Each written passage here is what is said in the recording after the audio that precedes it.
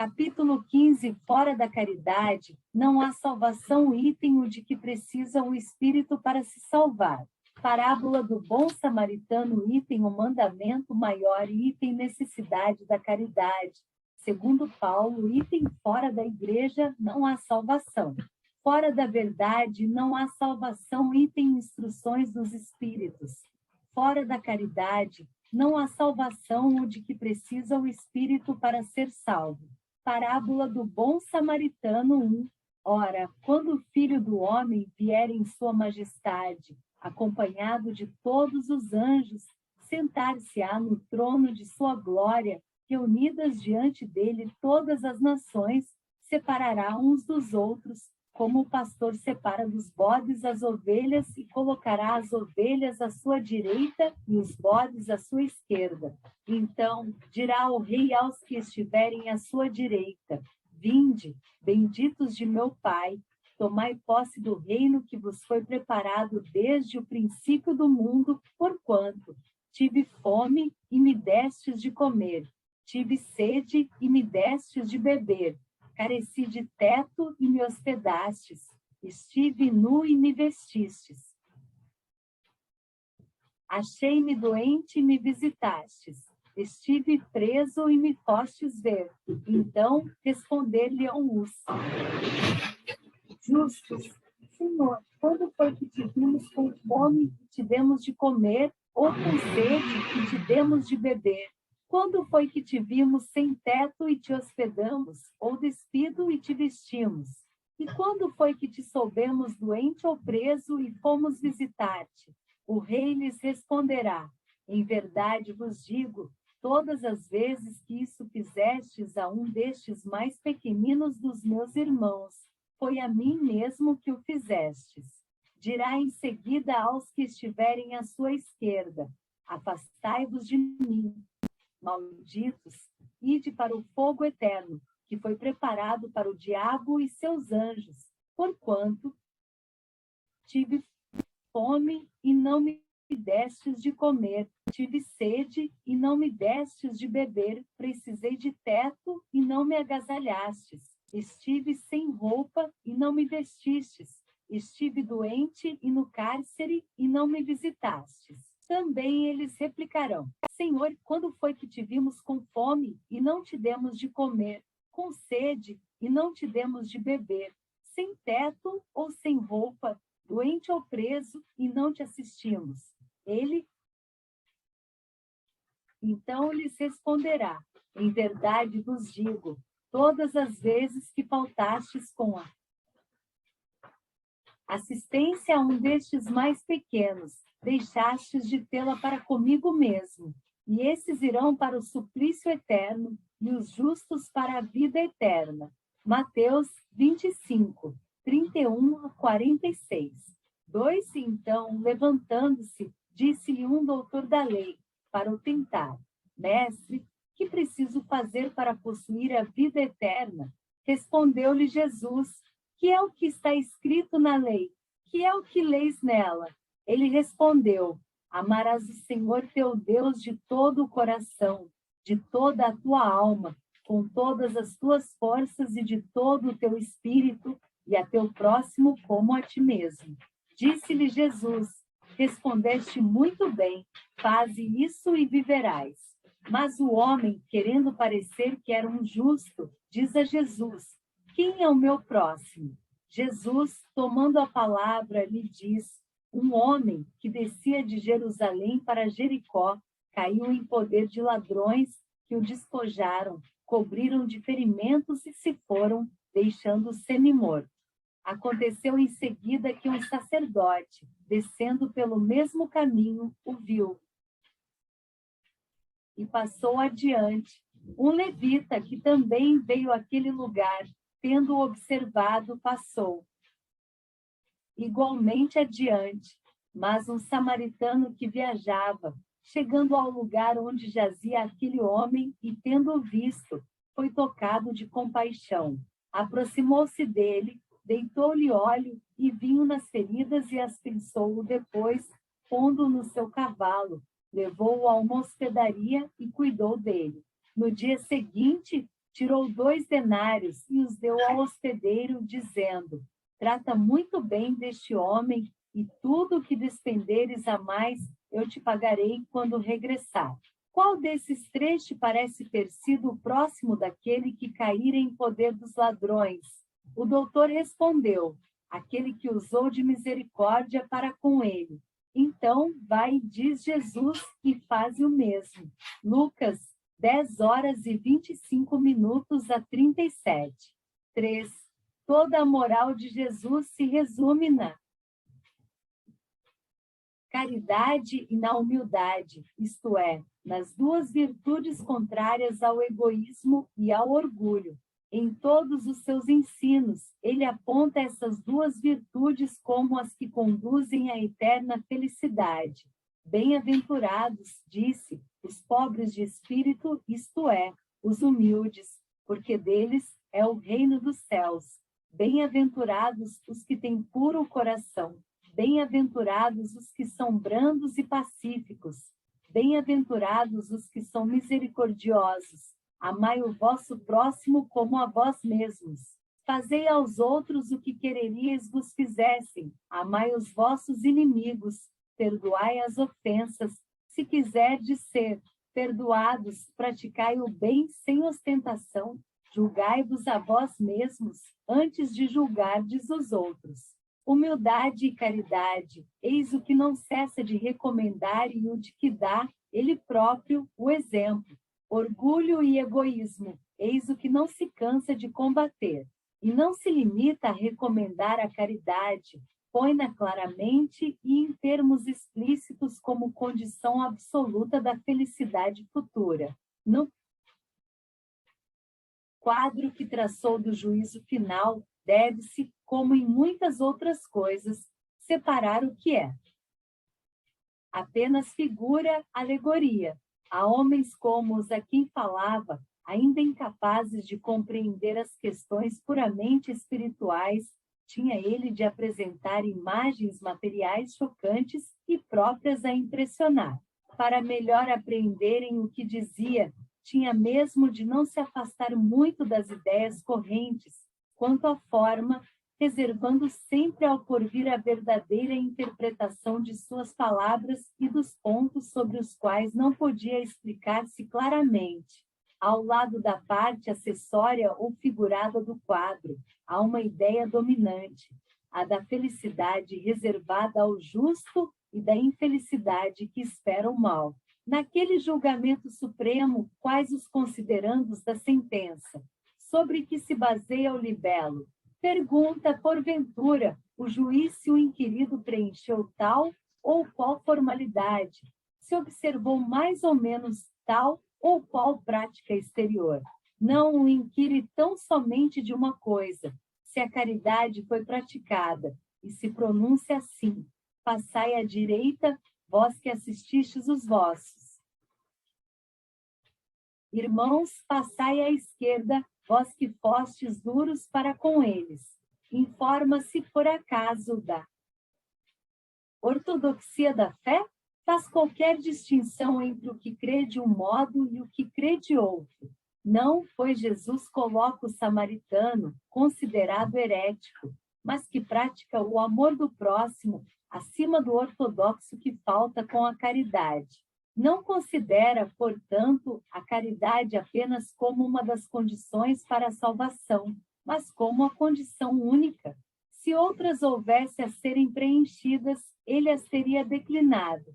Desde que coloca a caridade em primeiro lugar, é que ela implicitamente abrange todas as outras: a humildade, a brandura, a benevolência, a indulgência, a justiça, etc., e porque é a negação absoluta do orgulho e do egoísmo.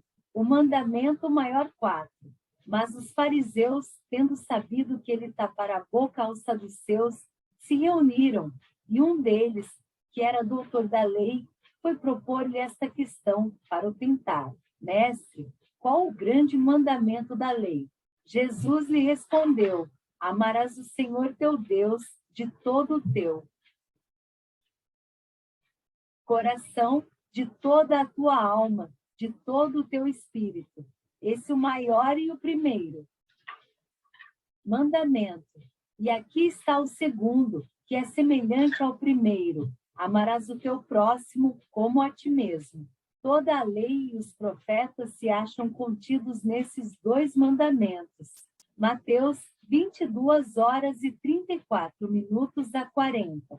5. Caridade e humildade, tal a senda única da salvação. Egoísmo e orgulho, tal a da perdição. Este princípio se acha formulado nos seguintes precisos termos: amarás a Deus de toda a tua alma e a teu próximo como a ti mesmo. Toda a lei e os profetas se acham contidos nesses dois mandamentos. E, para que não haja equívoco sobre a interpretação do amor de Deus e do próximo, acrescenta: e aqui está o segundo mandamento, que é semelhante ao primeiro, isto é, que não se pode verdadeiramente amar a Deus sem amar o próximo, nem amar o próximo sem amar a Deus. Logo, tudo que se faça contra o próximo mesmo é que fazê-lo contra Deus. Não podendo amar a Deus sem praticar a caridade para com o próximo, todos os deveres do homem se resumem nesta máxima: fora da caridade não há salvação. Necessidade da caridade, segundo Paulo 6. Ainda quando eu falasse todas as línguas dos homens e a língua dos próprios anjos, se eu não tiver caridade, serei como o bronze que soa e um símbolo que retine. Ainda quando tivesse o dom de profecia, que penetrasse todos os mistérios e tivesse perfeita ciência de todas as coisas, ainda quando tivesse toda a fé possível, até o ponto de transportar montanhas, se não tiver caridade, nada sou. E quando houvesse distribuído os meus bens para alimentar os pobres e houvesse entregado o meu corpo para ser queimado, se não tivesse caridade, tudo isso de nada me serviria. A caridade é paciente, é branda e benfazeja. A caridade não é injubilosa, não é temerária, nem precipitada, não se enche de orgulho, não é desdenhosa, não cuida de seus interesses, não se agasta, nem se azeda com coisa alguma, não suspeita mal, não se rejubila com a injustiça, mas se rejubila com a verdade. Tudo suporta, tudo crê, tudo espera, tudo sofre. Agora, estas três virtudes, a fé, a esperança e a caridade permanecem, mas, dentre elas, a mais excelente é a caridade. Paulo, primeira epístola aos Coríntios, 13h01 às 7h13. 7, de tal modo compreendeu Paulo essa grande verdade, que disse: quando mesmo eu tivesse a linguagem dos anjos, quando tivesse o dom de profecia, que penetrasse todos os mistérios, quando tivesse toda a fé possível, até o ponto de transportar montanhas, se não tiver caridade, nada sou. Dentre estas três virtudes, a fé, a esperança e a caridade, a mais excelente é a caridade. Coloca assim, sem equívoco, a caridade acima até da fé. É que a caridade está ao alcance de toda a gente, do ignorante como do sábio, do rico como do pobre, e independe de qualquer crença particular. Faz mais, define a verdadeira caridade, mostra-a não só na beneficência, como também no conjunto de todas as qualidades do coração, na bondade e na benevolência para com o próximo. Fora da igreja não há salvação, fora da verdade não há salvação. 8. Enquanto a máxima fora da caridade não. A salvação assenta num princípio universal e abre a todos os filhos de Deus acesso à suprema felicidade. O dogma fora da igreja não há salvação se estriba não na fé fundamental em Deus e na imortalidade da alma, fé comum a todas as religiões, porém, numa fé especial, em dogmas particulares. É exclusivo e absoluto.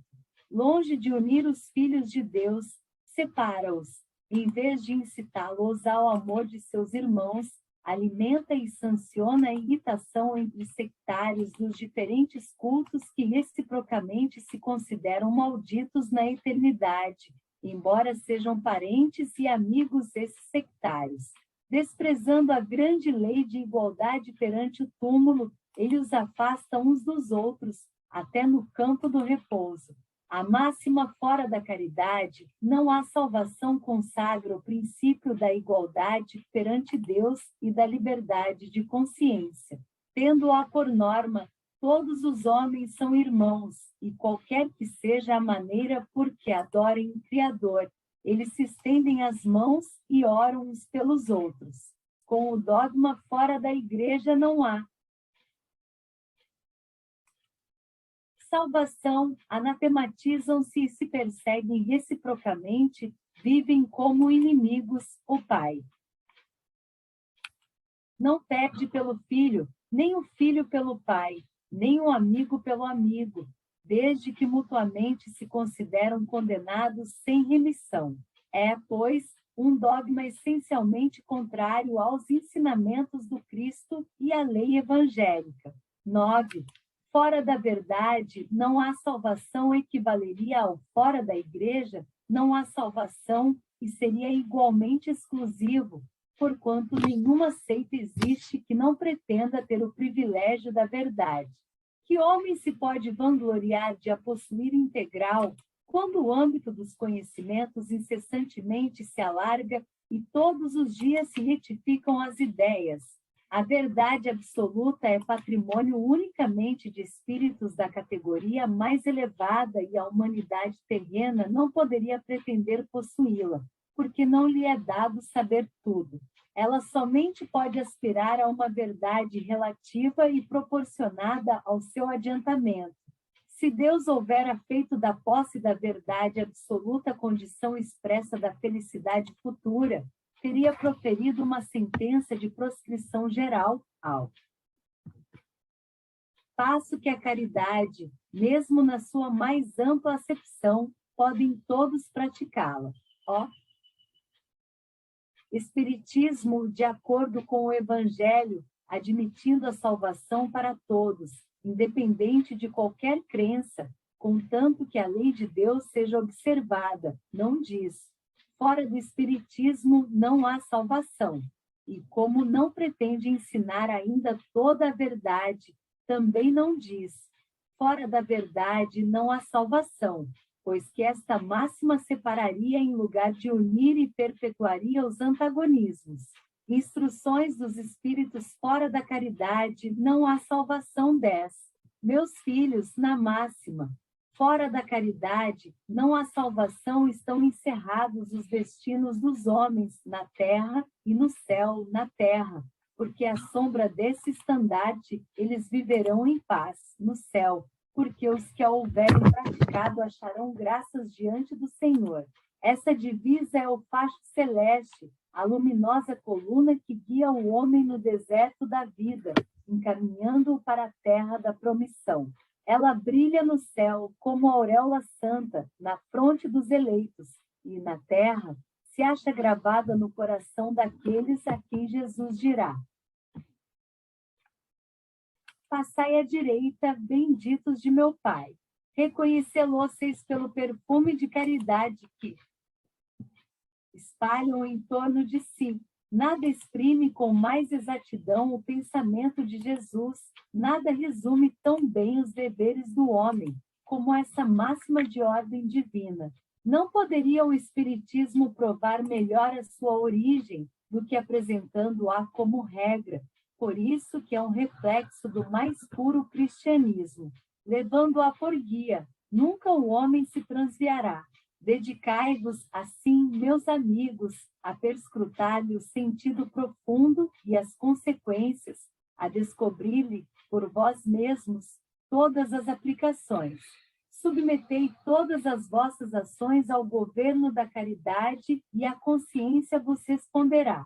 Não só ela evitará que pratiqueis o mal, como também fará que pratiqueis o bem, porquanto uma virtude negativa não basta, é necessária uma virtude ativa.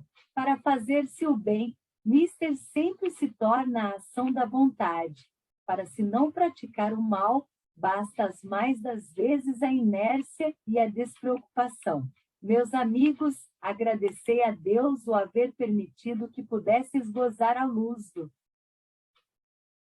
Espiritismo. Não é que somente os que a possuem hajam de ser salvos, é que, ajudando-vos a compreender os ensinos do Cristo, ela vos faz melhores cristãos. Esforçai-vos, pois, para que os vossos irmãos, observando-vos, sejam induzidos a reconhecer que verdadeiro espírita e verdadeiro cristão são uma só e a mesma coisa, dado que todos quantos praticam a caridade são discípulos de Jesus, sem embargo da seita a que pertençam. Paulo, o Apóstolo. Paris, 1860.